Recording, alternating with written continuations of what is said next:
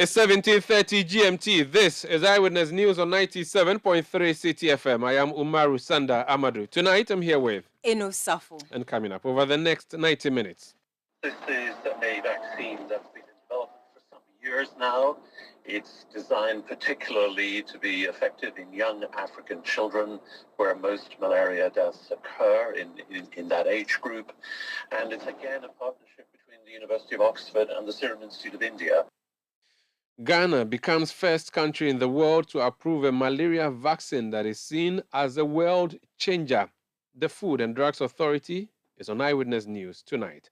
Also coming up, NPP youth organizer dragged to the police CID headquarters to answer questions after he was seen wearing a military camouflage or what looks like it.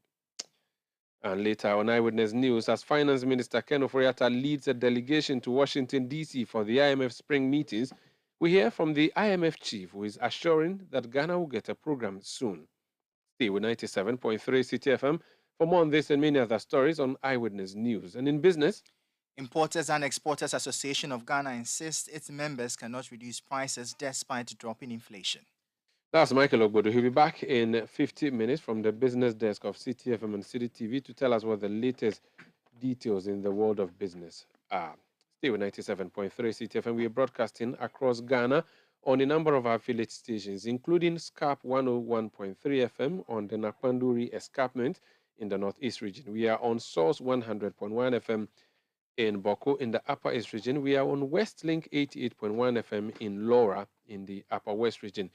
We are on Diamond 93.7 FM in Tamale in the Northern region. We are on Global 105.1 FM in Ho, as well as Adanu 107.7 FM in Adakluwaya, both of them in the Volta region. In the Ashanti region, we are on Alpha Radio 104.9 FM in Kumasi and Orange 107.9 FM in Kumasi as well. In the Bono region, we are on Greener 95.9 FM in Sunyani. In Ahafo, we are on Hames 106.5 FM in Goso. If you go to the Western region, we are on Premier 100.5 FM in Takrady, Sky Power 93.5 FM also in Takrady, and we are on Beach 105.5 FM also in Takrady. We are live across Ghana on all these affiliate stations. We are across the globe on citynewsroom.com. We are on YouTube. We are on DSTV. And we are interactive. The WhatsApp number is 0549 986 996. Drop your messages and the world will hear what you think. Alternatively, go on Twitter, drop your messages there using the hashtag CityNewsroom. Tweet at Umaru Sanda or at City973. Let's set over details of our stories now. And the first one has to do with malaria. Eno has our story. The Food and Drugs Authority has given market authorization to a new malaria vaccine, R21. The vaccine was developed by the Oxford University and manufactured by the Serum Institute of India. The FDA says after thorough evaluation into the quality, efficacy, and safety of the vaccine, they realized that the benefits far outweigh the risks. Addressing the media at a press conference, the CEO of the authority, Dr. Delise Dakun, says they have approved the vaccine's use in children between ages 5 months to 3 years. On the 28th of March this year, the Food and Drugs Authority granted approval to R21 malaria vaccine manufactured by Serum Institute of India, PVT Limited, which was submitted through the local agent DEK Pharmaceuticals, Ghana. The approval was granted following an extensive series of reviews and peer reviews of the non-clinical, clinical, and quality parts of the vaccine product development dossier. The R2 malaria vaccine has been approved for use for the immunization of children aged 5 months to 36 months against malaria caused by Plasmodium falciparum. I'll go ahead and describe the vaccine. The vaccine is a clear, colorless to mildly turbid solution for injection.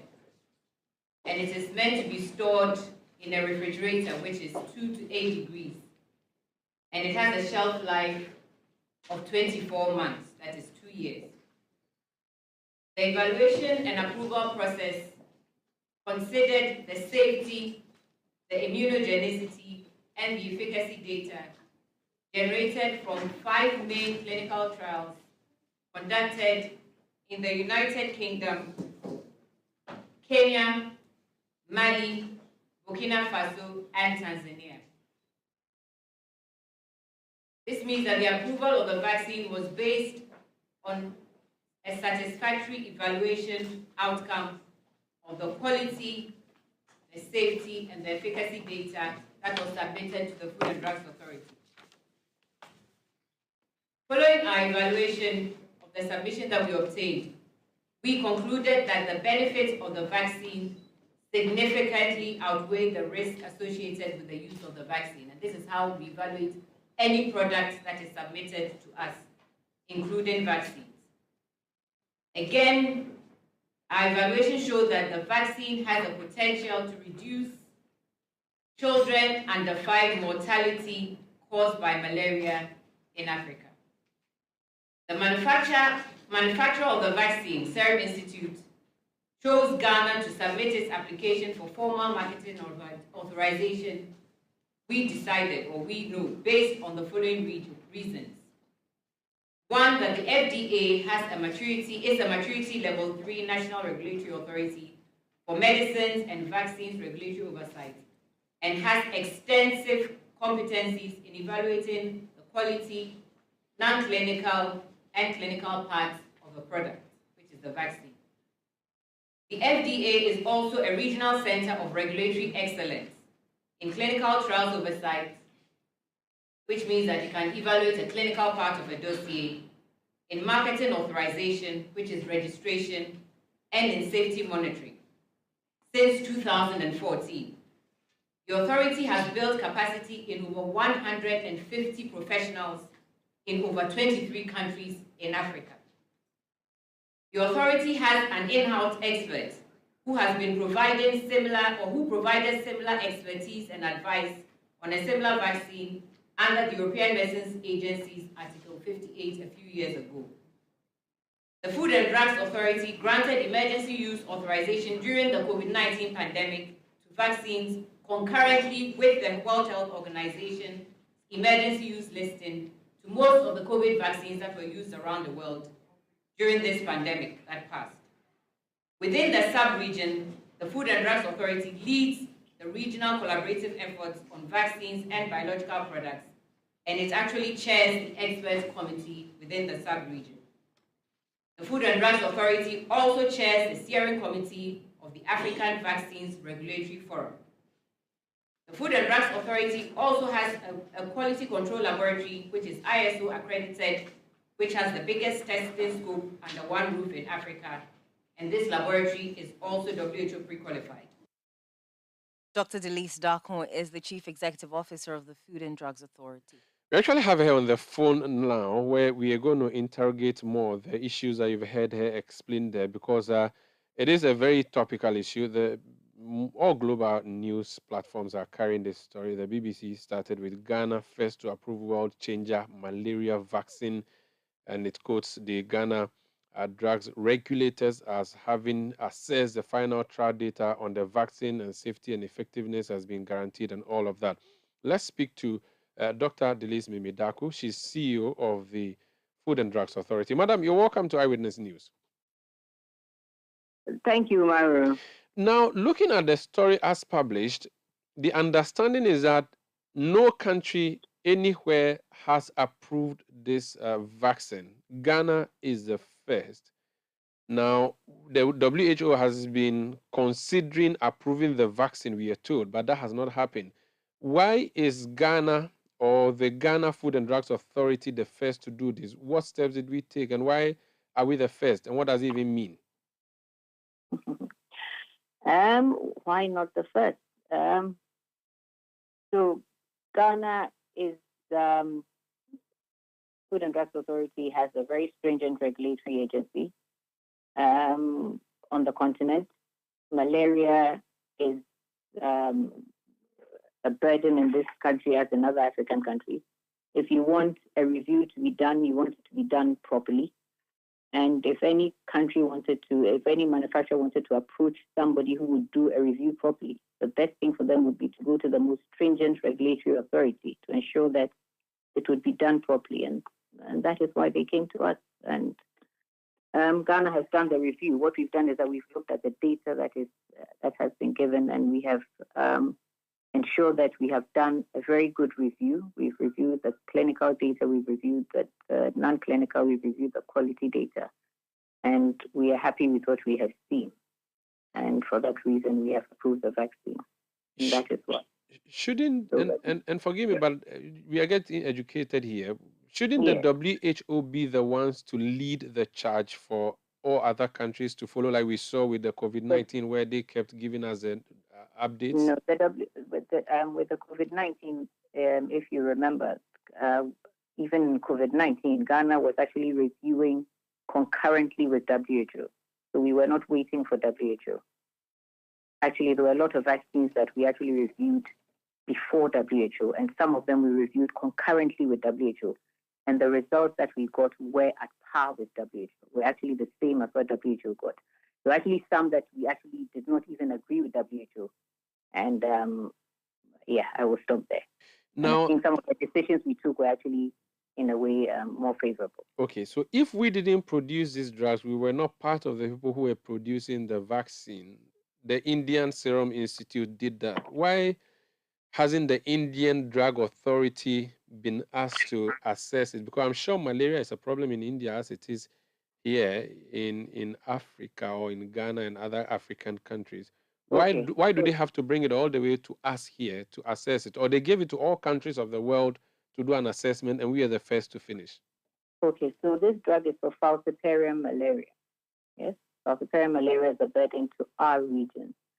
The drug, Indian authorities gave it an export license. For every product, we look and see where the need, where it is developed for. This drug is developed for falciparum malaria, which is a burden for our part of the world. Okay, so that is why it was developed by Oxford University and manufactured by the Indian Drug Authority. So that is why. Actually, I don't know whether I've answered your question. Not entirely. So the question is why? So that you're talking about the difference in species. So that would not be a question for India. Okay. So India India doesn't care about this really. It's not a matter of care. So you're asking about what the drug is developed for. So it's developed for falciparum malaria. Which concerns us. Yes, for our part of the world. Okay. So that is what it would be. Yes. Now, our part of the world would include other African countries. Exactly, and I've already answered that question. So these other African countries have also taken the drugs to their laboratories and they are also doing their own testing. Is that what's happening? Or they all chose Ghana to do that for them? So the approach was made to Ghana, and I talked about the stringency of the regulator. So if you want anybody to do a good review, you take it to the most stringent person. And continentally, continentally, we are one of the most stringent on the continent. Okay. Are we the only ones who were made to do this, or others have also been invited to do the test? We were the ones who were selected because we are the ones who are maturity level 3. We are the ones who have a WHO pre-qualified lab. We are the ones who have a regional center of excellence in clinical trials, drug registration, and pharmacovigilance, which is medicine safety. Putting the 3 together, you find out that we are the most stringent. And then second, go ahead. Yes. And then last of all, the local agent is also a Ghanaian company. And going forward, we are all talking about why vaccines are not manufactured locally. Now, I think that it is a blessing that this vaccine is being done here, because in the future, this vaccine can be manufactured locally in this country if the local agent is from here and we have a pre-qualified lab in this country. That means that when there's a choice to manufacture this vaccine locally, it will start from Ghana. Then we will be able to manufacture it and supply it to the rest of the world. Who chose us to do the assessment? Is it the Oxford University or the Serum Institute of India? The vaccine belongs to the developer, who is the Oxford University. So they chose Ghana that we should do this? They are the license holders of the product. How about trials? Did we have to, and I'm referring to FDA now, did you have to play a role in the trials that were done? Where were the trials, and if there was any such thing? The trials have not, Ghana in this particular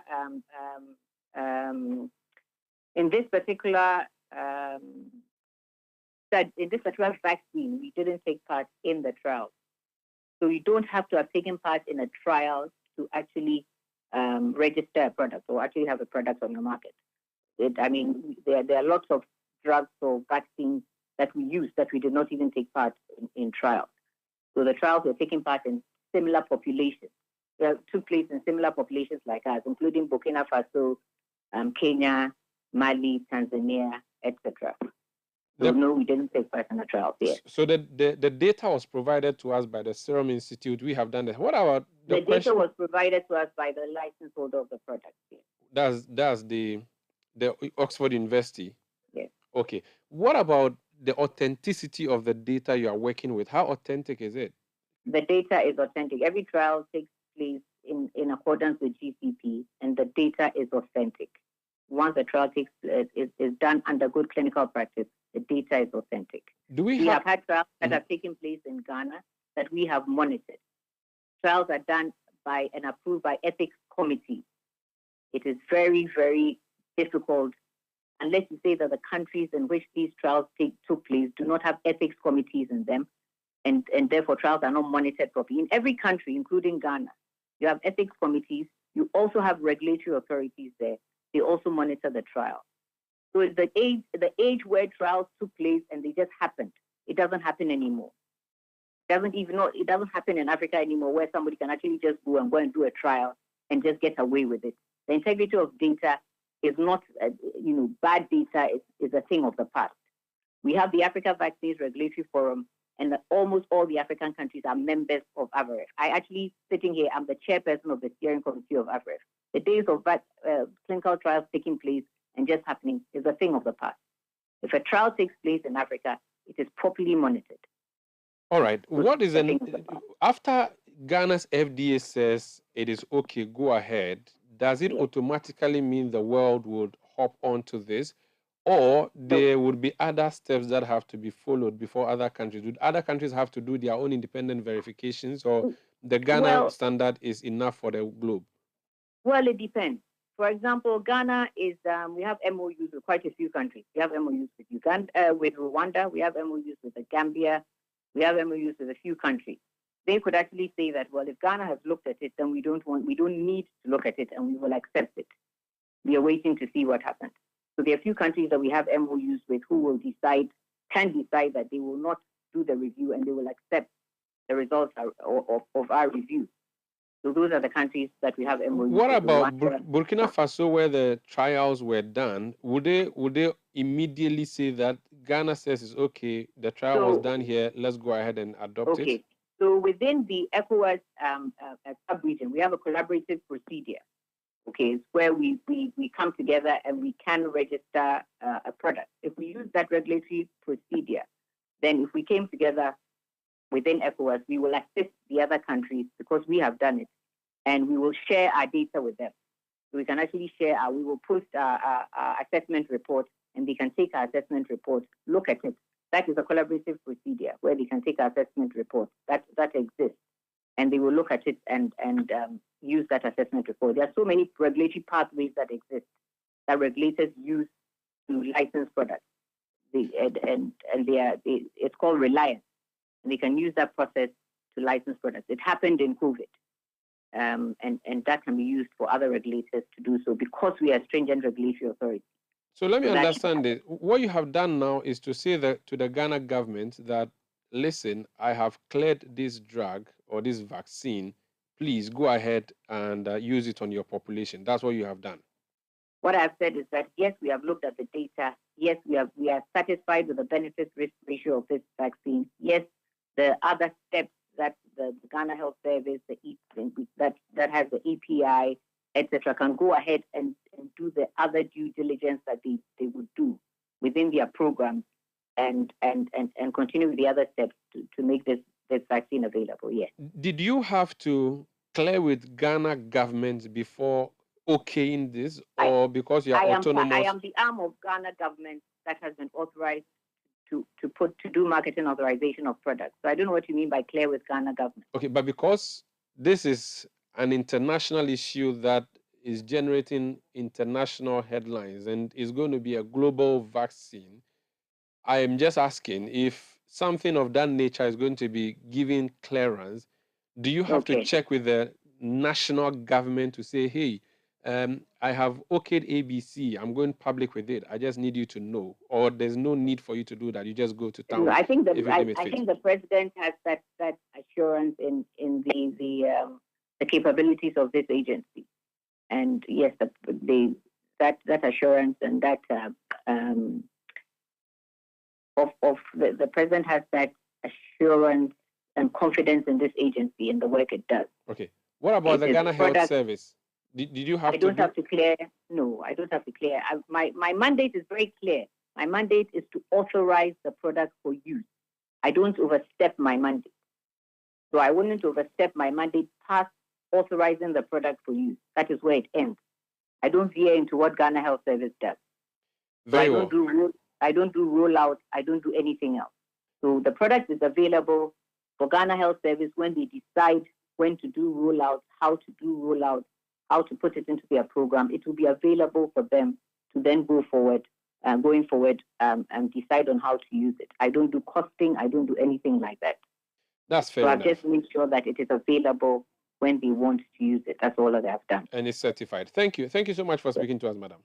Thank you very much. That's Dr. Delise Mimi Daku. She is Chief Executive Officer of the Food and Drugs Authority. So the job is to okay it and say it's all right to bring it onto the market. Let's talk about the people whose job it is to bring it and deploy it. That's the Ghana Health Service. There's a wing at the Ghana Health Service known as the Expanded Program on Immunization. The person who manages that is Dr. Kwame Amponsan Achiano. Doc, you're welcome to Eyewitness News. Thank you very much. How is your outfit receiving this news from the FDA that we have a new vaccine for malaria and we are the first to approve it? Well, thank you very much and good evening to your cherished listeners. Yeah, so for us, as you rightly pointed out, Ghana Health Service is the arm that does vaccination. And within the Ghana Health Service, we have the EPI, the Expanded Program on Immunization. The first step for introducing any vaccine, any new vaccine, is approval from the Food and Drugs Authority of Ghana. And therefore, for us, this is just a first step. It's early days yet. Approval does not necessarily mean introduction. And so for the service, we take leadership of the ministry.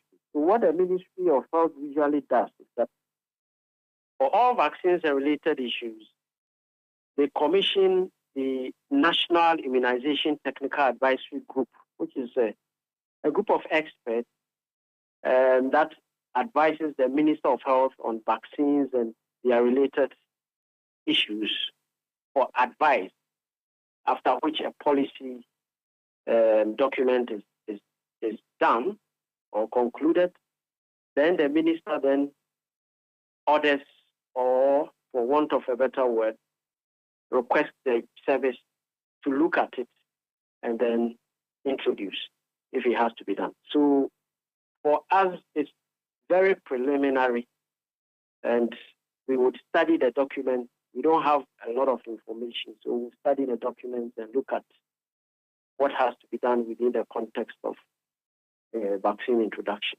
So it's early days yet, but we are happy because regulation is always the first step. So that's it.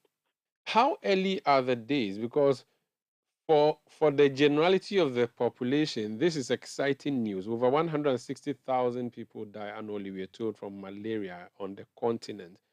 And I believe we have our own significant share of that number. If we can have a vaccine, that is welcome news. But if you say it's early days, then the question would be how soon before we see a rollout locally? Yeah, so as I indicated, there's a process that takes place. We don't introduce a vaccine as soon as is approved, it has to go through the Ministry of Health, which is a policy arm that directs the service. And so I believe that by now the ministry has picked it up. All the necessary protocols will be followed. And as I indicated earlier on again, the National Immunization Technical Advisory Group will have to be commissioned by the minister. And then they look at all the available documents and evidence before that kind of introduction. Even though it is our authority that okayed it, we still have to go through that long haul? Exactly. I don't know what you want to call long haul, but it's a process that is a standard procedure that we follow all the time, irrespective of whether it's approved or. Typically, how long would this take? Remember that you are not just dealing with just an introduction. It has to do with funding, there are issues around coaching, there are issues around training. So it could take some time. It's not a 1 week, 2 week thing. You need to look at all the elements for vaccines, communication bit, how you saw the vaccine in terms of making it generating demand. You have to look at the cost effectiveness of the vaccine. Of course, once the FDA has cleared, what it means is that it is safe to use, it is efficacious. So that's bottom line. That hurdle is jumped already. But then, what is the cost? Is it affordable? Is it immediately affordable? What other vaccines do we have in the system? Of course, this will be more or less the first vaccine that has been approved by the Ghana FDA within the context of what they normally will call market authorization. They normally do, once they say it's approved, it means even the private sector can go for it or sell the vaccine. So it's not just approval for government, as it were, government programs per se, but even the private sector can do that. And so that's the context. So it will take us, and I'm still looking for a duration that we can work with. All the things you've mentioned, would it take us maybe a month, a year, a decade? It could take a year or less. I don't determine the process. So, of course, remember that the EPI itself sits within the service, and the service has a clear direction. We have a director general who directs all the activities. But do you have a malaria program that would say, oh, this is welcome news, let's jump quickly and deal with this because it's been a problem for us for a while now, like we did with COVID-19 vaccines? As soon as it was approved, we went in for it. Would we have a similar approach for malaria, or we would take a slower pace in dealing with this particular one than we did with COVID-19? Sure. Malaria is a very, very important disease in Ghana. And for whichever malaria, if there's a vaccine, we always work within the Ghana Health Service, the EPI, or that's the expanded program on immunization, and the malaria control program under the direction of the Director General, and by extension, the Director of Public Health. We work together on that. So, as I indicated earlier on, remember, it's also a policy issue, and therefore, the minister will then have to do that kind of direction overall to the Ghana Health Service and its other units or departments or divisions. Do we also know if this would be for adults or just children? What I know for now, even though I don't have a lot of information on the vaccine, is for children between 5 months and 3 years. That is what I know as of now. I don't have any further information on that. Okay. Of course, because you don't have a lot of information, maybe I can't be asking you a lot, but let's just one last question. Does it mean we have the final solution to our malaria problem, or this is just maybe half of the problem solved? Well, there's no vaccine in the world that is 100% efficacious and 100% safe. There usually will be some a proportion of persons who may not respond. And therefore, any vaccine for malaria would be an add-on to existing interventions, including the bed net use, the indoor residual spraying, and other interventions that the malaria program has already been carrying out. And so for me, whichever case it is, it will be an add-on to that. And it's not, I won't say it's a one-stop solution to all the malaria problems. But it's a welcome piece of news. Why are we describing this as a savior? Prior to this, we have the tablets that they give to you when you have malaria and all of those things. Does it mean that those ones were not as efficient as what has been approved now? Well, it depends on who describes it. I haven't read that portion of it, but well, the malaria control has done a lot, and I mean within the sub-region, and that's malaria control programs in general. However, the control of malaria has stalled for some time because additional interventions are needed. And therefore, any addition, including vaccines, will be very, very much welcome. Remember, we are already a malaria vaccine piloting country. If you recall, we've been doing one other malaria vaccine, RTSS, since 2019. We've expanded, but we still have some districts that are left uncovered.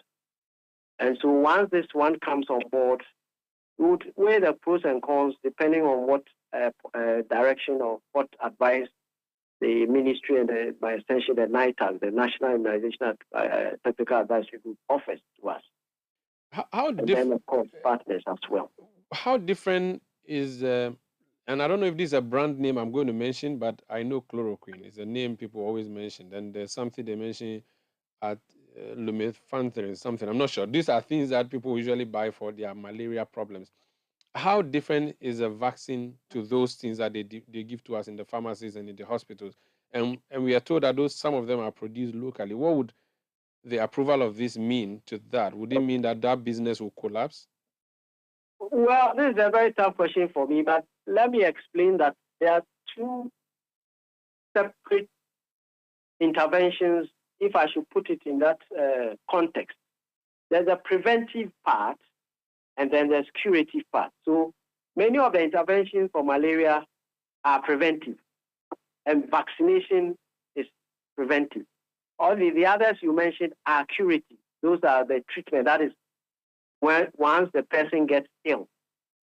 And for me, as I said earlier, you still have people coming down with malaria in spite of the vaccines and all the preventive methods, as we have now. And of course, any new vaccine with high efficacy would help much, much better. However, there will still be people who might fall ill, and so treatment will still be indicated. And that is why I said that it will come as an addition to existing interventions, not just the preventive, but even the curative.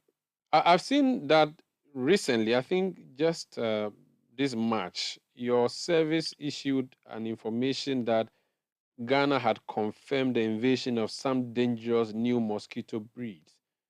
Do we know if this would address that one too, or that's a different challenge that has to be dealt with differently? Okay, so I think we are still opening up. You see, malaria is caused by a certain parasite called the Plasmodium. So this parasite is transmitted by mosquitoes, the female Anopheles mosquitoes. There are quite a number of them. So the new discovery is just one mosquito that can be an efficient transmitter of the disease.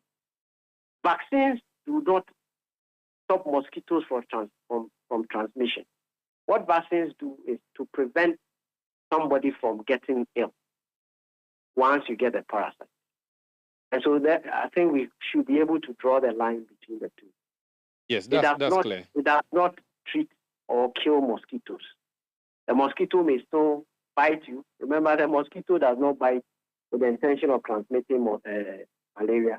It's only a byproduct, for want of a better word again.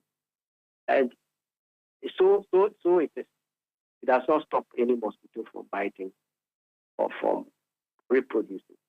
Very well. Thank you. Thank you so much for speaking to us, Doc. Thank you very much for having me. That's Dr. Kwame Amponsa-Chiano. He is manager of the expanded program on immunization at the Ghana Health Service. Earlier, you heard from Dr. Delis Mimi Daku. She is Chief Executive Officer of the Food and Drugs Authority. So the new news is that Ghana is in the news for the positive reasons, having approved the new malaria vaccine, and is described as a world changer in the fight against malaria. This is Eyewitness News on 97.3 Citi FM. We return with more. Please stay. Eyewitness News. Be there as it happens. You know, Papa, see that?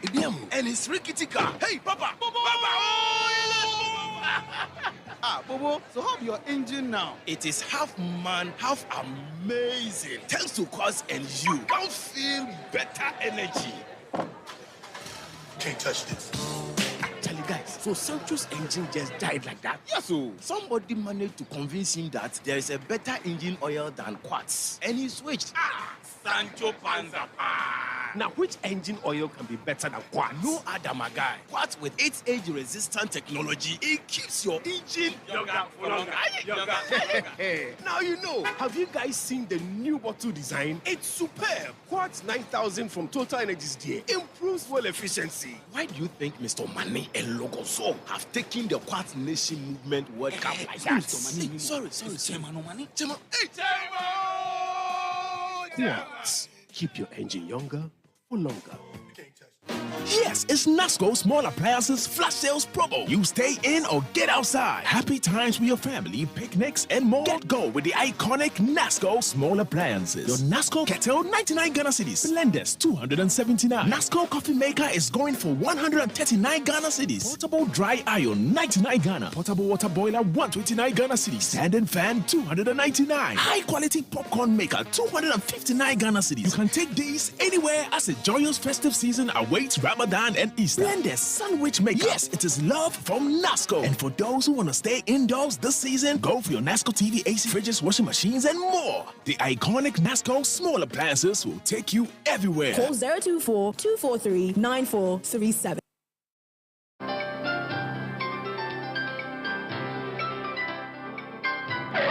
Using a condom will protect you and your partner from HIV, STIs, and unplanned pregnancy.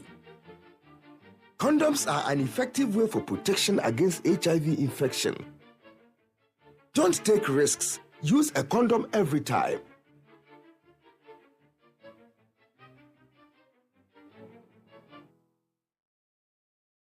Always come prepared. This advert is brought to you by the Ghana AIDS Commission and Ghana Health Service.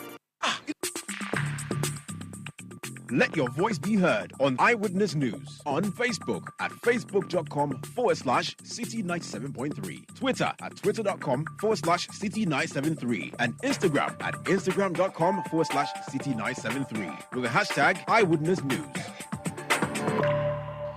You're welcome back. This Eyewitness News on 97.3 Citi FM. General Ortega says the Western world in which the research was conducted has more sophisticated equipment for approval than Ghana. Why this rush to approve the vaccine when USA, UK, France, and Germany are silent? But BBC is praising us and we are happy. God save us.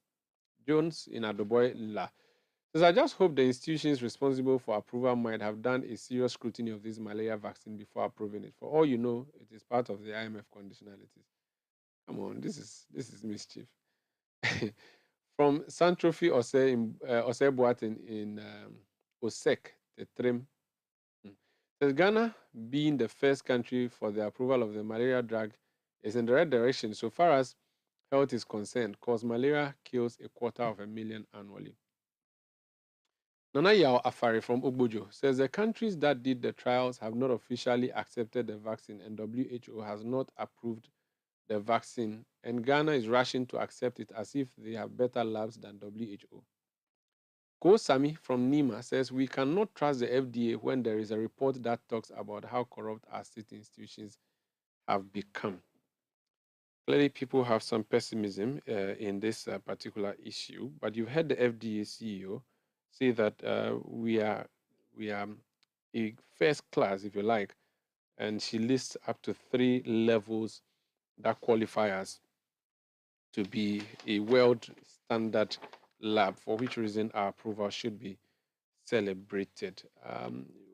We'll tell you more as we get feedback and reaction to this story. This is Eyewitness News on 97.3 Citi FM. Let's do some politics now. And the New Patriotic Party's youth organizer was today invited to the police headquarters to answer questions. This is because he was seen in a radio station discussion in the Upper West Regional Capital while wearing what appears to be a military camouflage. Isaac J. Hyde is Deputy National Youth Organizer of the NPP, and he joined his boss at the headquarters today. You're welcome to Eyewitness News. Well, Umaru, thank you very much. What did the police say to your boss when he went there? Well, nothing much. I mean, he honored an invitation from the Upper West Regional Police Command, except that, I mean, due to operational issues and, I mean, our own internal activities, it had to be transferred to Accra. So the police headquarters, I mean, leadership invited us, of which we were there today to do the needful. So he was not formally arrested, was he? Oh, no, I mean, so what happened was that, like you rightly said earlier, sometime back on a national tour by the National Youth Wing, we had some interviews. I mean, subsequently, we were informed that a petition had been made against us at the Regional Police Command in the Upper West region. And so, yes, I mean, the police extended an invitation for us. We went in there together with our lawyers. I mean, a statement was taken from us. And then we needed to go through the processes with the crime team and all that. And we ended up at the Regional Police Command subsequently. So at the end of the day, he was granted bail, and then that was it. Granted bail on what conditions? Well, so if you have seen a copy of the invitation or of the invitation from the police, we have been told that the petitioners claim that, I mean, he had broken the law by, wearing military apparel. I mean, and as far as they are concerned, we had flouted the law, especially looking at the Act 746. And so he took a statement from us and then granted a bill. I mean, that's what I can say. So he's not supposed to report or return later. There's no court date, nothing. I mean, not yet. I mean, I believe that investigations are still ongoing, of course. I mean, where we are coming from, this is not a military apparel. This is an outfit that you got from the UK. And I mean, if you've seen some of the images online, this is a popular brand that most people even go online to purchase, you understand? And so it's quite a funny thing to say, but I also have to be honest, beyond the whole social media frenzy, I think that the police were also very professional. It was more of an engagement to understand both sides, and I think that's what's most important. So what your boss wore was not a military camouflage, but it looks like a military uniform, doesn't it? Well, I mean, it's True Religion. True Religion is an internationally known brand. I mean, it's online. Everybody at work can just go out there and buy one. And I mean, beyond the issue of, enforcing the need for people to not wear military apparel, I think that we need to go a step further to also go into the market, because even when you walk around this area, we see a lot of people selling camouflage materials. Then again, the question that we need to also ask ourselves, does any material which is of a certain military design necessarily become a military apparel? Because if you look at the Act, it states that something which necessarily is used by the military of a country or another country, so it's out of fashion. Let's even assume a lady wear, let's say, a skirt, and then it has a certain military camouflage. Does that necessarily mean that the person is wearing a military apparel? I think it goes beyond that. But hey, we are law-abiding citizens. I mean, we will not sit back and say that, well, our government is in power and then what have you. So we just sit back. I mean, the police is our friend. We went in there and did what we had to do. We hope that if it happens on the other side as well, which we have evidence or images circulating on social media of the NDC and its leadership wearing a number of this military apparel, even in some cases with embossments and other things to create an impression that they really mean business with what they are wearing. Nobody will sit back and say that there's an abuse of the law or somebody is being intimidated. But they have also said, the ones who were invited in Kumasi, that what they were wearing was not military camouflage and that it was just something they had a tailor do for them. And I think it's in a Kenya market or so. So if you are saying you bought yours from a market or a shop in London and they say they got theirs from a market in Kenya, it means that you should agree to their story if you want your story to be agreed to, no? Well, the thing is that, I mean, we cannot tell their story for them. I'm only laying emphasis on the fact that today, even with all the things happening around us, with all the leverages and other things, when the police called on us, we fled it. And we went there peacefully. A lot of people followed us, but at every point in time, we had control over the crowd. The interaction was very good. All the other stakeholders who were involved in this interaction, everybody left there peacefully. We wouldn't want a situation when tomorrow the NDC is called upon to answer questions concerning their activities. They will start attacking the relevant authorities who are very well in charge of making sure that we get peaceful coexistence in this country. Thank you so much for speaking to us. Thank you too. Bye-bye. That's Isaac J. Hyde. He's Deputy National Youth Organizer of the New Patriotic Party. This is Eyewitness News on 97.3 Citi FM. And what else do you have for us? Former President John Dramani Mahama has chided the ruling government for abandoning projects his administration begun. The NDC flag-bearer aspirant cited hospitals and schools that remain uncompleted by the Nanado-led administration. He made these remarks on the final day of his three-day tour of the Eastern region.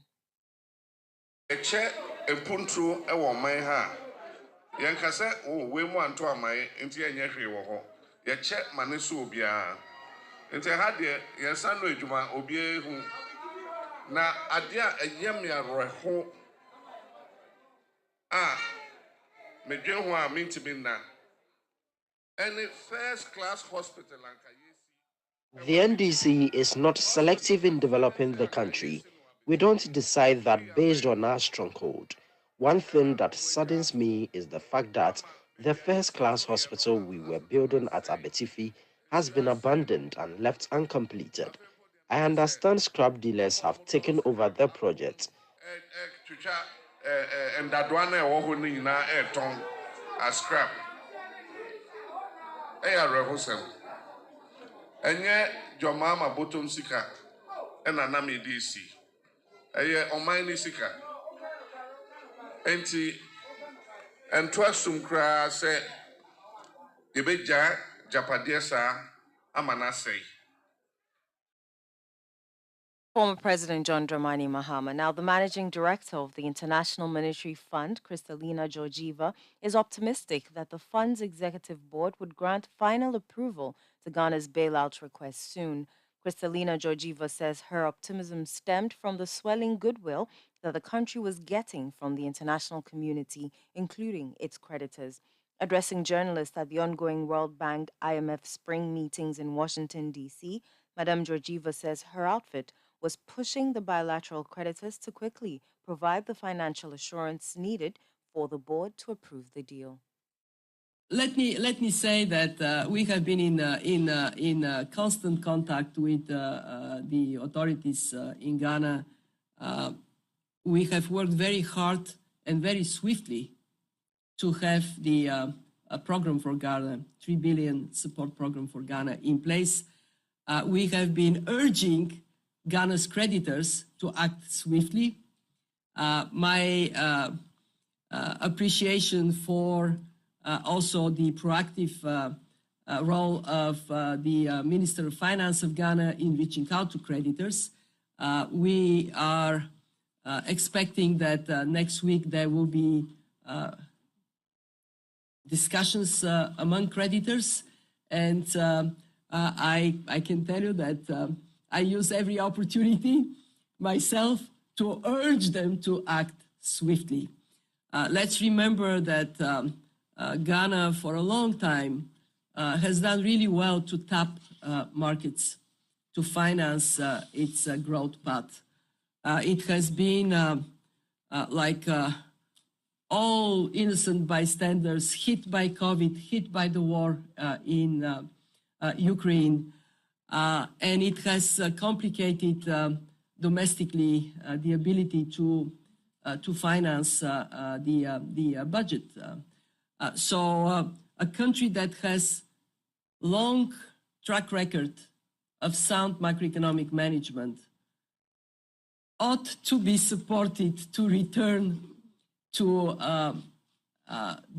markets. So our program is a bridge for Ghana, and to tell you the truth, I'm actually quite optimistic. I think Ghana is going to move. The creators are going to move, and we are going to move swiftly. So I guess the short answer to you is stay tuned and stay positive. Managing Director of the International Monetary Fund, Kristalina Georgieva. Eyewitness News. Be there as it happens. You know, Papa, see that? And it's rickety car. Hey, Papa! Papa! Bobo, so how your engine now? It is half man, half amazing. Thanks to cause and you can feel better energy. Can't touch this. Actually, guys, so Sancho's engine just died like that. Yes, so somebody managed to convince him that there is a better engine oil than quartz, and he switched. Sancho Panza. Now, which engine oil can be better than quartz? No other, my guy. Quartz with its age-resistant technology, it keeps your engine younger for longer. Now you know. Have you guys seen the new bottle design? It's superb. Quartz 9000 from Total Energies there improves fuel efficiency. Why do you think Mr. Mane and Logoso have taken the Quartz Nation movement World Cup like that? Hey, sorry. Chairman Mane. Chairman. Hey, Quartz. Keep your engine younger for longer. Eyewitness News. Be there as it happens. Get the details. Every significant financial transaction, every market movement, and all the policies that affect your business. Citi Business News. Be informed. Time now for Citi Business News on Eyewitness News, powered by citibusinessnews.com. My name is Michael Obodu. Let's settle for the details now. Consumers expecting a reduction in the price of goods may have to wait longer because despite the slump in the inflation rate, importers insist they cannot reduce prices yet. The cost of goods and services shot up astronomically last year as a result of record high inflation rates and the free fall of the cedi. However, the local currency has since gained strength against the US dollar, with inflation dropping significantly to 45% in March 2023 as against 52.8% in the previous month. But despite these favorable indications, the Executive Secretary of the Importers and Exporters Association of Ghana, Samson Asakia Wingobet, says it is still not a good time for them to reduce prices of the commodities. I cannot come boldly to say, yes, you will see a reduction in reflections to what is happening in the open market. Because you cannot see Bank of Ghana rate between 10, because mind you, the importer will have to go to Commercial Bank to get some forest to be able to use to pay for supplier. If you have the rate table by Bank of Ghana, if you are seeing that it is 10 cities, then you go to Commercial Bank and they write 11, and you put in your fiscal currency, and they saying that they cannot get the 11 for you, but they will have to get 11, 12 plus, or 12. And how will I be able to tell the business community they should reduce the price? Fuel and other things, when the world market price dropped, it dropped in our pumps too. Is that not it? But if the world market price go up a barrel, then our pumps will see that our pump level also increase. So in this regard, you must see the Bank of Ghana rate table. You must see that same thing running at our port. You should see that same thing running at our market if you are going to buy forest to pay for your goods, or if you have to clear at the port. But if you see the Bank of Ghana rate low, then you see our port not using that low rate to calculate. Then you see I go to the bank to look for forest, and I'm not seeing it in consonance with the Bank of Ghana. How can we reduce the price? Samson Asakia Wingobet is the Executive Secretary of the Importers and Exporters Association of Ghana. Now, economists with GCB Capital Courage Boti has noted that projections from the International Monetary Fund, IMF, that Ghana's debt to GDP ratio will increase further to 98.7% by the end of 2023 is expected. He is, however, urging government to put in place measures to slow down the rate of debt accumulation and restore financial stability. The IMF, in its Fiscal Outlook report released at the annual IMF World Bank Spring meetings in Washington, D.C., USA, also forecasted the debt to GDP ratio to reduce marginally to reach 92.8% in 2024. Well, yes, to the extent we are borrowing, and let's not. 2023, government has still borrowed a lot on the market, even from T-bills, right? And they've exceeded just rollover. So those are additions to the debt. And even the T-bills were done at 35, 36 at some point before it declined down to the 2021 levels we are seeing now. Government is still actively seeking to get some financing from these bilateral creditors and development partners during the program. That is still debt being added. And so you are not seeing immediate reduction in the debt stock. Indeed, you are seeing addition. And so it's not wrong to say you expect the debt to GDP ratios to increase. But then the mechanism that will bring it down ultimately is what I'm trying to tell you, that if we get some debt forgiveness, it will help. It will reduce the debt levels. But even without debt forgiveness, if we are running primary surpluses and we are reducing the size of the deficit, it means we are slowing down the rate of debt accumulation. And then growth in GDP would actually yield lower debt to GDP ratios going forward. So it is those things that the IMF is recommending at this point. Mr. Boti also expressed optimism of a sharp decline in the country's inflation as he predicts the year 2023 could end with an inflation rate of about 28%. His comment comes on the back of a recent drop in inflation, with the month of March recording 45% from the 52.8% recorded in February 2023. This is the third consecutive month inflation has dropped in the year. In an interview with Citi Business News, Mr. Boti indicated that a resilient forex market is key to sustain the inflation decline. Yes, I expected a decline, but maybe much lower than we've seen. I was expecting the sharp decreases to start from April based on my simulation here and there. But otherwise, it's not a surprise. Third consecutive month of decline. We have seen the worst of inflation. We can now say 54.1 in December was actually the peak of inflation. And at this pace, with this momentum, you can expect sharper increases going forward, driven largely by a favorable base drift and then current developments where you've seen over the last few pricing windows, fuel prices decline at the pumps. You've seen also the exchange rate, even if still volatile, have shown a trend of some resilience. And so I guess we are in that period now where you can expect that inflation will go down like the way it went up, where you would see sharp declines in the next few months until it evens out. And the expectation is that we could be ending the year around 28, 20, 29% levels if everything holds constant. That was economist and currency analyst at GCB Capital Limited, Courage Boti. Now, the West African Regional Director of CATS International, Apia Kusi Adumako, has reiterated calls for the business community to remain more innovative in order to achieve economic resilience. He maintains that business operators should not be downcasted by recent predictions by the International Monetary Fund and the World Bank on a decline in growth in the country. The IMF recently lowered Ghana's growth rate to 1.6% for this year from the earlier projection of 2.8% in its April 2023 World Economic Outlook report. In an interview with Citi Business News, Mr. Adumako urged businesses to adopt the aid of expertise if they need to sail through the difficult economic times that bedevils the country. This will be a very tough time for businesses in Ghana because new tax measures have also been roped in, which is also going to affect turnovers, profitability of most businesses.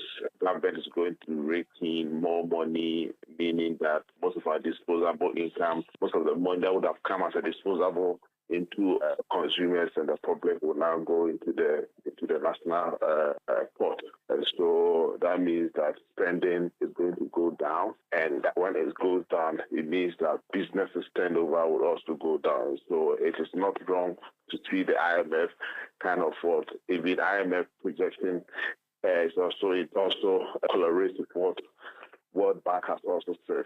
And so if you are a business and you have certain information, you need to sit down and strategize and see how you can surmount this storm that lies ahead of us. And I know that if you involve a very good strategy, look at your product offering very, very well, you might be able to break even and even get better out of this economic crisis that we find ourselves in. That was the West African Regional Director of CATS International, Apia Kusi Adomako. Now, the Center for International Maritime Affairs has debunked claims in a recent report by the International Maritime Bureau on piracy in Ghana. According to the report, Ghana is ranked at the highest in terms of piracy attacks in the region. But speaking to Citi Business News, Executive Director of the Center, Albert Fiatui, expressed concern over the likely impact of the report on the image of the country. We are seeking to clarify the reports put out by the IMB PRC, which is rather misleading. The IMB is a very credible organization, as we know, but we think that they got this one wrong by confusing the issue of piracy with that of robbery at sea. You know, they are saying that piracy in the Gulf of Guinea has increased, and Ghana is stopping the attacks. But when you look at the article carefully, they themselves have mentioned that 2 or 3 incidences of theft occurred in Takrady at our anchorage.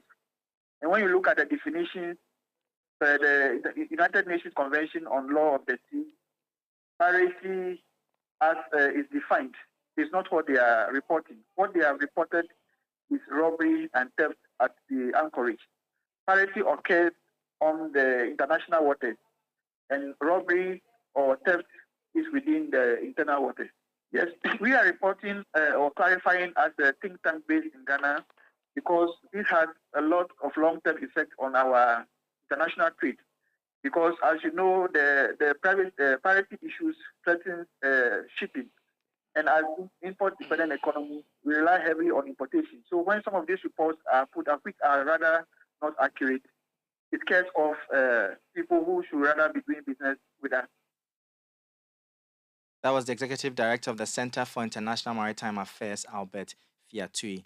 That's all for Citi Business News on Eyewitness News. It was powered by your most comprehensive business news website, citybusinessnews.com. My name is Michael Obodu. Thank you for listening. As always, please stay safe. Up next is Point Blank. Let your voice be heard on Eyewitness News on Facebook at facebook.com/City97.3, Twitter at twitter.com/City973, and Instagram at instagram.com/City973 with the hashtag Eyewitness News.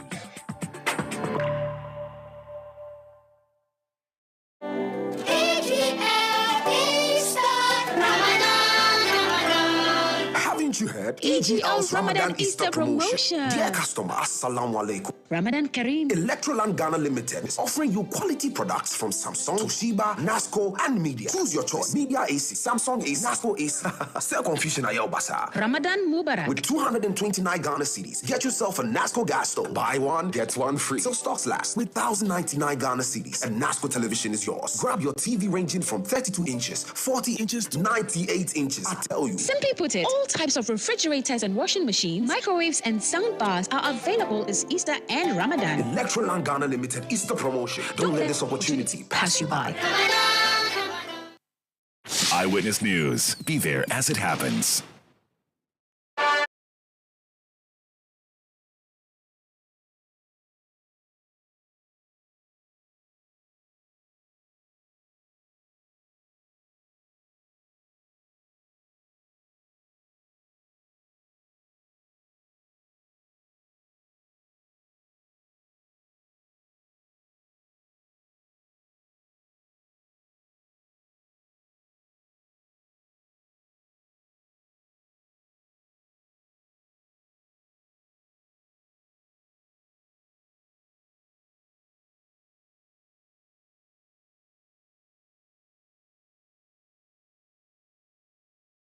This is Point Blank on Eyewitness News. My name is Umaru Sanda Amadu. Tonight on Point Blank, we are in the NDC zone. The party is looking for parliamentary nominees or parliamentary candidates and also the presidential candidate ahead of election 2024.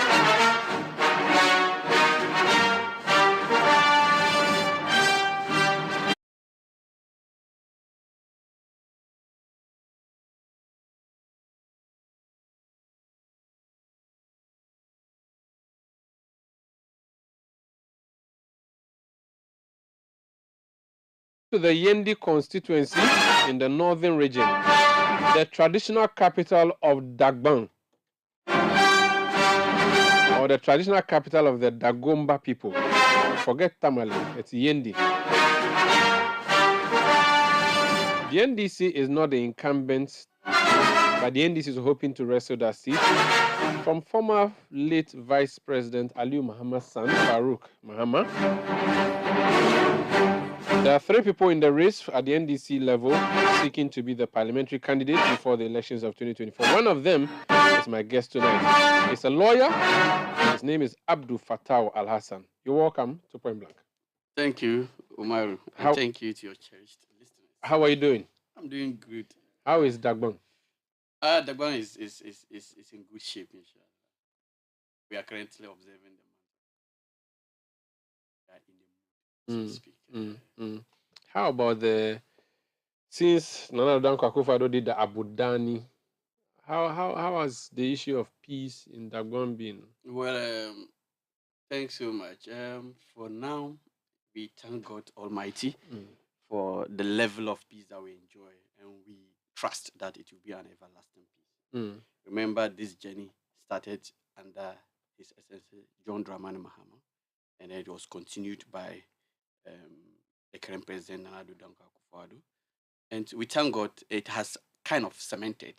We trust that there will be no going back to. How is my grandpa Diana doing? He's wonderful. He's very energetic, very lively, and almost all the time we are with him, and he's fascinating to be with. Nice. So let's talk about the politics now. You represented the NDC in the last election as a parliamentary candidate. Things didn't go as you planned. You are on the fringes doing your own thing. Now that the nominations are open, you are planning to go again. Tell us your story. Who are you? Well, I am basically a native of Yendi, Abdul Fattah Al-Hassan, born in Yendi in 1982. Had all my education except the university education in Yendi. I think I left Yendi when I was to go to the university. I attended University of Ghana, Legon, and read political science. From there, I joined MTN first as a communication specialist, and then moved on to join the government and regulatory department as an advisor. And then I was there. There was in MTN, I pursued the legal profession. I graduated with the LLB from the Gimpa Law Faculty, and then proceeded to the Ghana School of Law, where I was eventually called to the bar in 2019 thereabouts. So currently you are a practicing lawyer. Very practicing. Your main job is being a lawyer. That is all I do. I see. Why do you want to go to Parliament then? It's not about going to Parliament. I think that's the structure of our politics today. If you want to serve your people, the best route is for you to ask for their mandate and represent them in Parliament. So we see Parliament as the vehicle upon which you can deliver whatever aspirations you have for your people. And so I am coming from a place, especially Yendi is a very well-known place. And I like the introduction you made, being the capital of Dagbon. When it comes to my party per se, NDC, I am totally disappointed in how the party has kind of handled Yendi as a constituency for the past years. And so being a member of the party and being somebody who has always contributed to the growth of the party within the constituency, I have always said that, no, the party in the constituency, or Yendi as a constituency, has not enjoyed its rightful place in terms of the political landscape when it comes to NDC. And so we need people who can come out of the constituency and take the constituency to its rightful place. Because, trust me, there are some constituencies that even came out of Yendi. For instance, the Miang constituencies came out of Yendi. But prominence, in terms of prominence, I can tell you that even when NDC is ruling, Miang enjoys more prominence than NDC, than Yendi. Is it because NDC has never won Yendi? No, we have. Okay, how many 2008, times? we won the seat. When Mills won, it was NDC that won the seat. Didn't you celebrate your MP at the time? Was he not given any appointment? That is unfortunate. That's the unfortunate thing. He was never rewarded for anything. And so little wonder he lost it. So throughout the NDC first, Mahama, Mills, nobody. Even you can go back to Rawlings. No. Yes, we don't have even a single former government appointee except MC. Farouk Mahama too now, he has not been given anything. But at least for NPP, they have enjoyed a lot, even as we speak. Oh, he has not been given a ministerial No, position. but you can say he as an individual. But what I'm even talking about NDC, I'm not talking about the MP. Okay. You understand? I'm talking about even individual within the party in the constituency being recognized at the national level. Okay. That is where my issue is. To the extent that as we speak today, you can count not less than 10 strong people within MPP in Yendi who are occupying very strategic positions at the national level. You And Akufo, there was Minister for the Interior. For the Interior. From there. You understand? And then when Nanado came, Deputy Foreign Affairs Minister, he was the MP for Yendi. You understand? Now we have, then Abibata was the Deputy Maslock. Now she's a substantive. You understand? From Yendi. From Yendi. Now we have the same Habib Tijani, who is now Ghana ambassador to Saudi Arabia. We have Hajia Samata, who is the stepmother of Abibata, who is the Ghana High Commissioner to Nigeria. You understand? Then we have Alhaji Aminu, who is also a native of Yendi, who is a member of Council of State. We have Alhaji Inusa, we call him the Gumba Boy. He is a Hajj board member. We have Tijani, who is also a Hajj board member.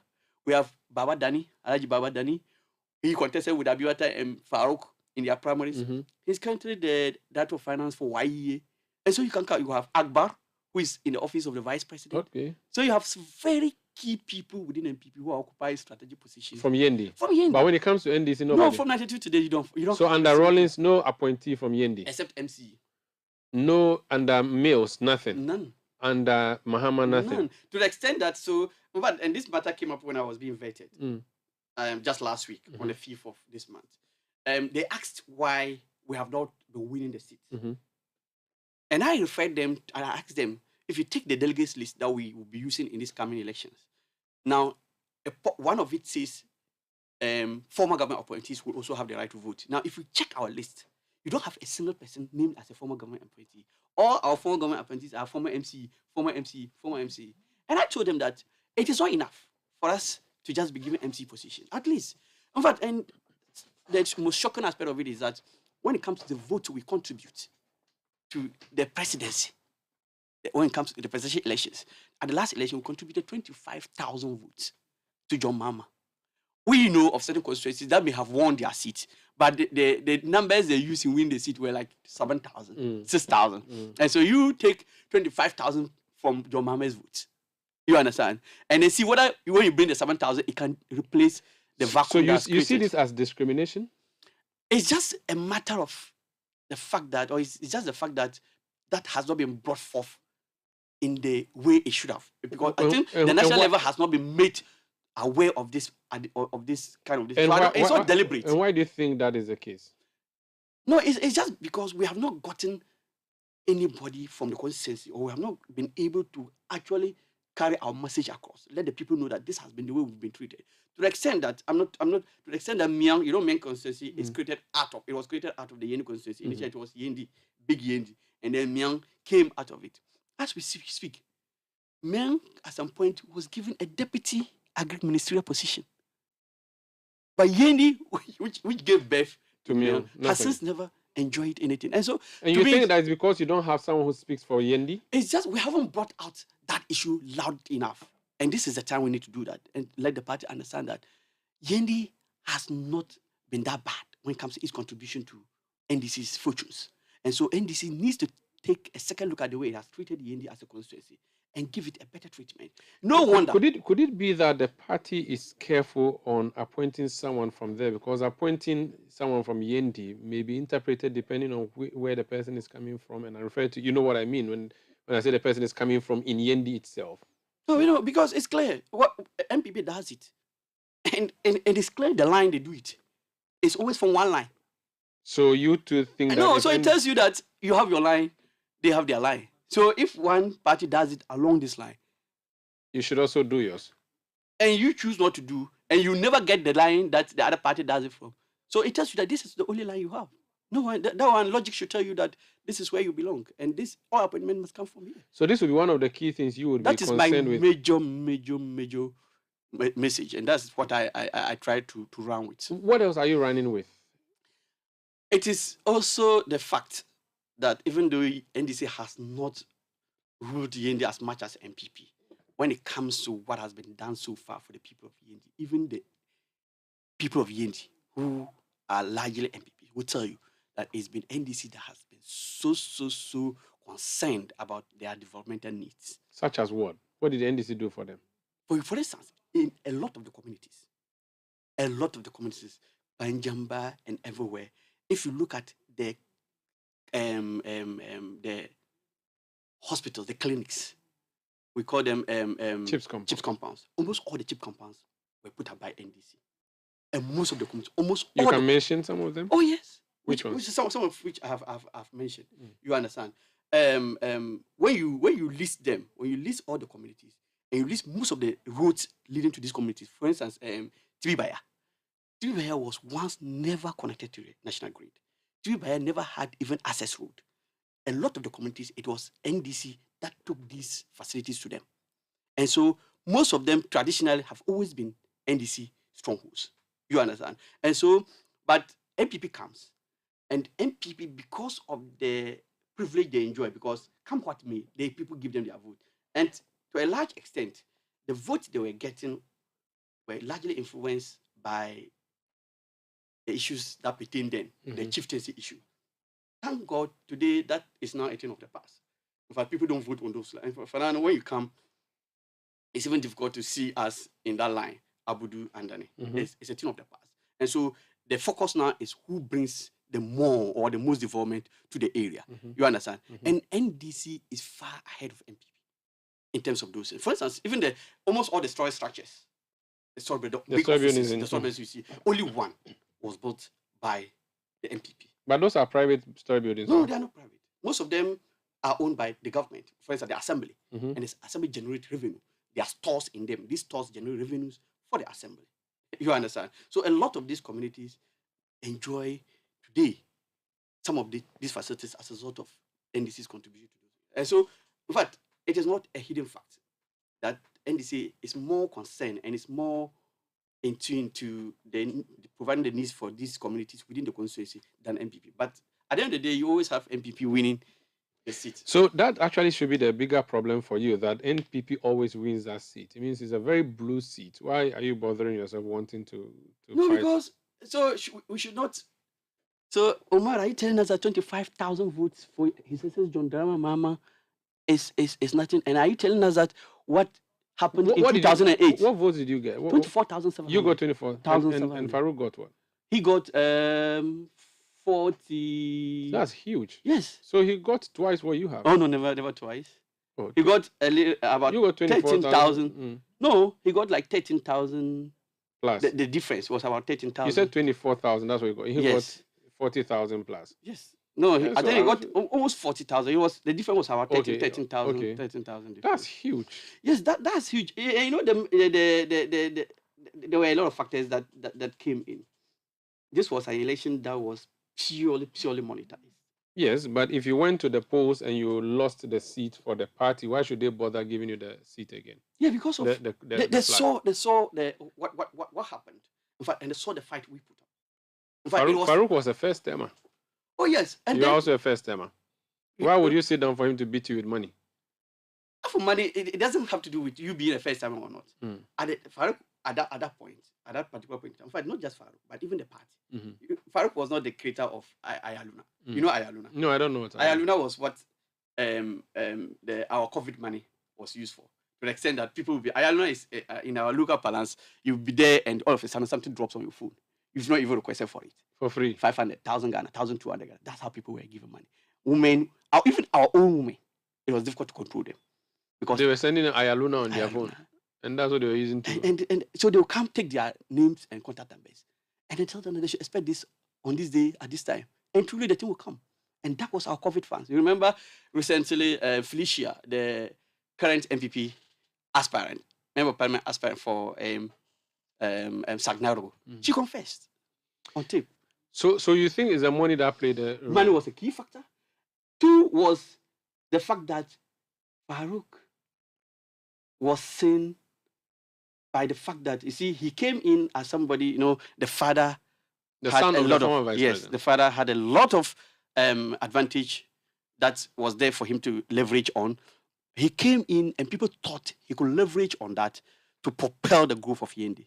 Having given him the nod 3 years down the line, they've seen that he's a pale shadow of himself completely. He's not working for He them? has never delivered on what he, in fact, to the extent that even in his own backyard. I thought there's a water system that is going on there, and he's the one behind it. Let's not even go there. That same water project, it's been commissioned 3 times. Nanado did the commissioning the last time, I think on the 29th of July 2020, just 6 months into the election. And since then, everything has gone quiet. So the water project, they don't even talk about it. It's a monumental failure for him. The water is not flowing? No, in fact, it's no more even on their radar. They don't talk about it. What they're talking about. Has it been built already? No. Nothing has been done since the project. They said shortcutting. Since the shortcutting was done on the 29th of July 2020, nothing. So we don't hear anything about it. They've not built it. They've not done anything about it. Water is not flowing there. We still have the same problem we have with regards to water. And that same water project, which we have been talking about, which we have been complaining, which the president has even appeared before the Yana and made personal promises to on 3 occasions, nothing has happened. What about road? I mean, I haven't been to Yendi in a long time, but the last time I went, the roads in the outskirts were not that good. They were It's still terrible. They were still the dusty gravel. Yes, it's still terrible, but some work is being done. For instance, the town, there's a dualization of about 2.53 kilometers of the town routes. Okay. That was supposed to have taken like 7 months. It was commissioned, the Sokatu was done somewhere in August last year. It's been like 10 months now, or 9 months now. We haven't even gone 20-30% of the work. But there is a contractor on site? Yes, there's a contractor so on that site. is a positive side. Yes, that is. Sometimes you give credit where it's due. Okay, so you believe that that's something you should credit for. But, But what are the things that he's failing in as your MP? For instance, security. Security. Yendi's security is a national security issue. It's not a No. security It's not about what you used to know. Okay. It's not about the Abudu. There's still armored cars at the... Oh, no. They are no more there. No. Even if they are there, it's like every palace where you see a normal protection for the chief. Okay. But we don't have that level of insecurity that we used to talk about. Okay. The insecurity we are talking about today is just to do with these robbery matters. Okay.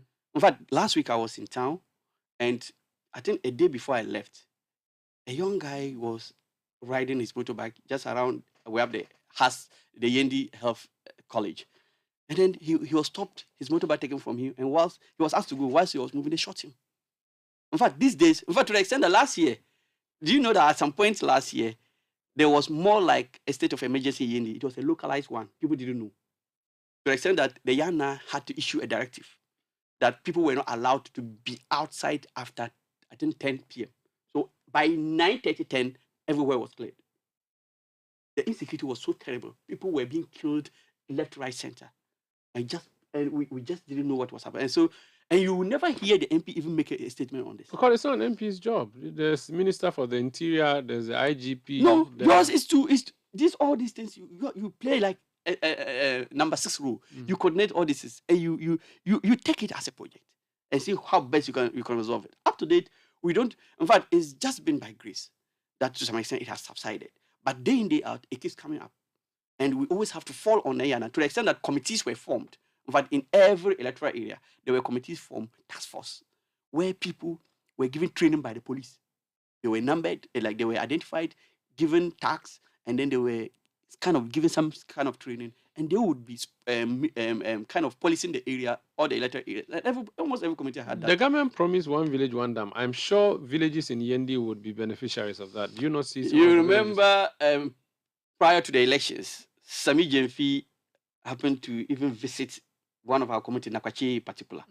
And he took the media there and became an issue. In fact, they said there was a dam which they built.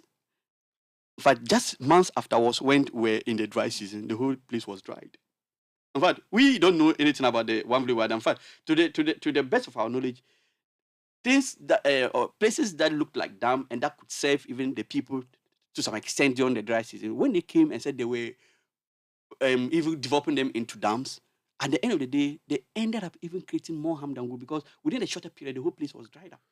And so that one dam never worked in the Yendi constituency. The NDC chose you to represent it in the last election. You failed. You want to contest again. You have two competitors coming against you in the internal NDC race. How confident are you that this will not dislodge you? The fail is not what we should talk about. Oh, fail is fail. If you didn't win, you don't win or you fail. The current president of the republic, he won. He went through how many elections before he won? He failed 3 times or 2. He failed 2 times and won on the 3rd occasion. He failed 2 times, won 2 times. The late Professor Mills. He failed 2 times, won one time. Yeah. Even I am JM.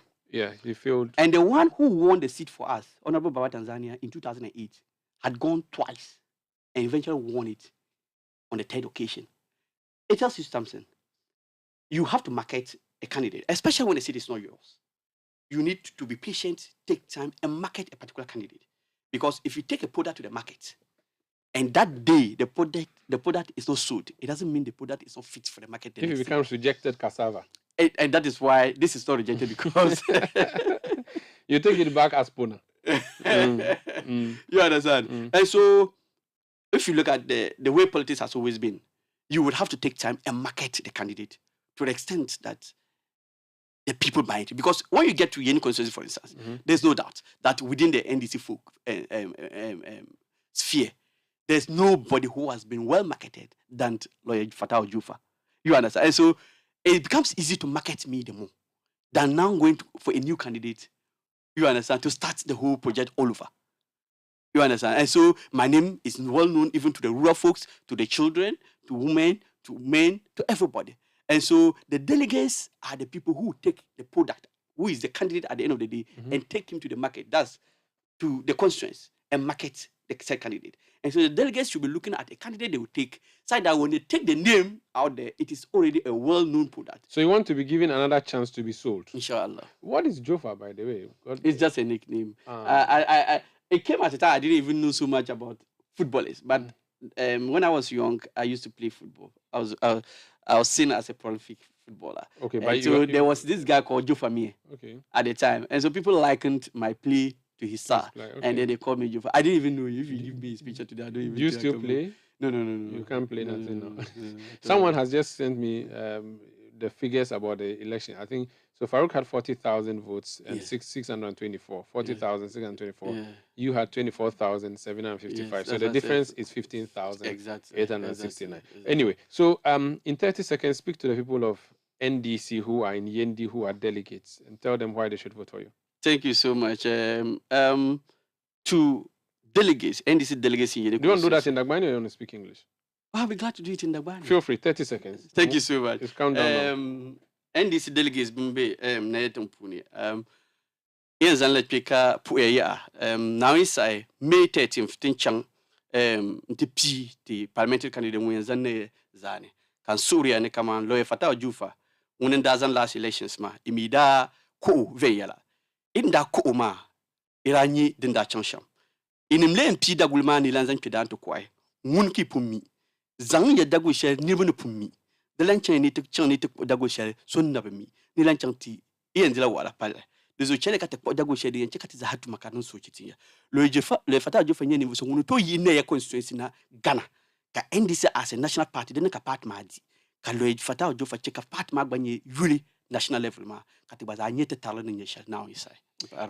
So, thank you so much for joining us on Point Blank on Eyewitness News. That's Abdul Fattah Al-Hassan. He's NDC parliamentary hopeful for the Yendi constituency, also known as Lawyer Jofa. My name is Umaru Sanda Amadu. This has been Eyewitness News. I did this with Safo, technical support from Daniel Squashi, new media support from Edwin Kwakofi, production by Beverly London, Wilson Kobina, and Fred Tetejaban, as well as Sami Uyafi. We return tomorrow at 17:30 GMT. Thank you for listening. Have a good night.